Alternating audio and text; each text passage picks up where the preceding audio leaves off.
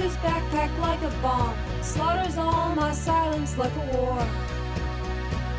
I pretend that I'm not shaken, staring into blank space. See my life behind me like it's folklore.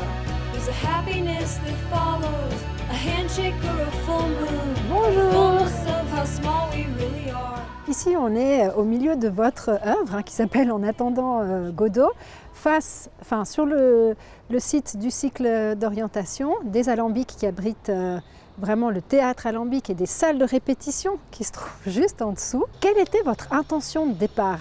Ça se fait toujours comme ça, lors d'un concours, on vient visiter le chantier. Le bâtiment était encore tout à fait en chantier et ici c'était un terrain vague. Ce qui m'a frappé, c'est que ce théâtre, en fait, il est très peu visible de l'extérieur, il est en retrait de la route. Et puis sous cette place, il y a 2 salles de répétition, sauf erreur quoi.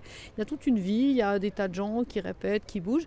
Et ça ne se sait pas. Et puis je me suis dit, j'ai envie qu'on voit sur cette petite place toute la vie que génère un théâtre, une école de théâtre dans une ville. Et ces plots sont comme des carottages du sol, comme si ça sortait du sol. Du reste, ils sont polis pour qu'on voie les cailloux comme le sol est poli aussi. Donc avec l'idée que ça sort du sol.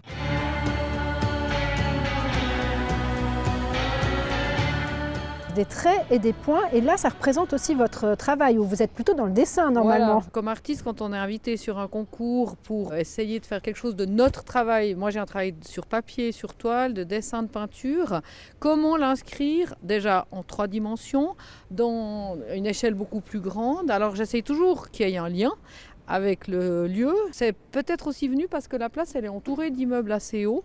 Puis je me suis dit c'est pas les utilisateurs, c'est pas les gens du théâtre, c'est pas les gens de l'école, mais ces gens qui habitent là, c'est eux qui ont toute l'année, jour et nuit, qui auront sous leurs yeux mon travail.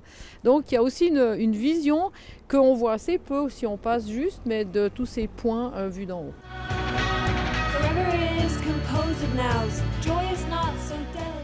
Je m'interrogeais sur comment l'artiste avait envie qu'on utilise ce lieu et qu'on l'habite, puisque c'est un lieu tampon entre la ville, entre l'école, entre le théâtre. Donc je me demandais si en créant, vous aviez une intention d'habitation de l'espace. Oui, alors complètement.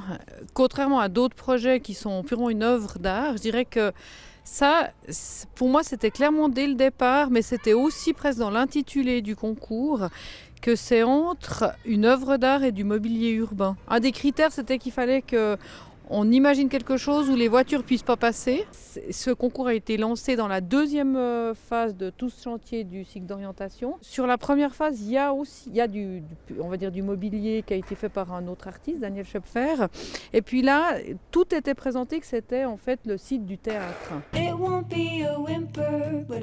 Pourquoi vous avez appelé votre travail En attendant Godot ? C'est un peu un clin d'œil parce que comme c'est lié à un théâtre, En attendant Godot, pièce de Samuel Beckett, qui est quand même assez connue, qui est une pièce que j'aime beaucoup du reste.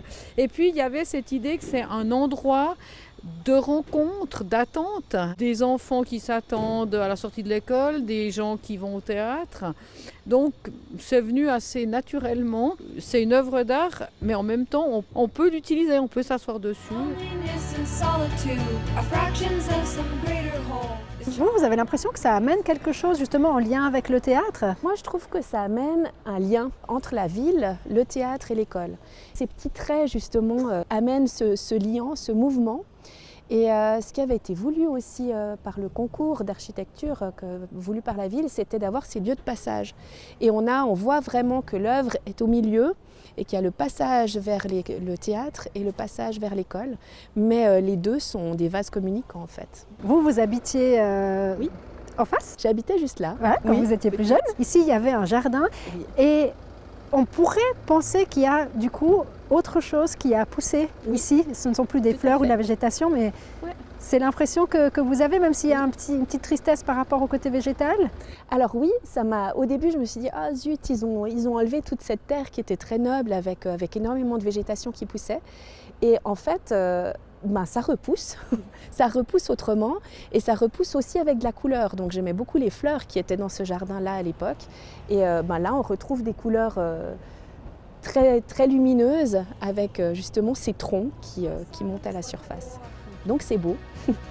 pretend that I'm not shaking, staring into blank space. See my life.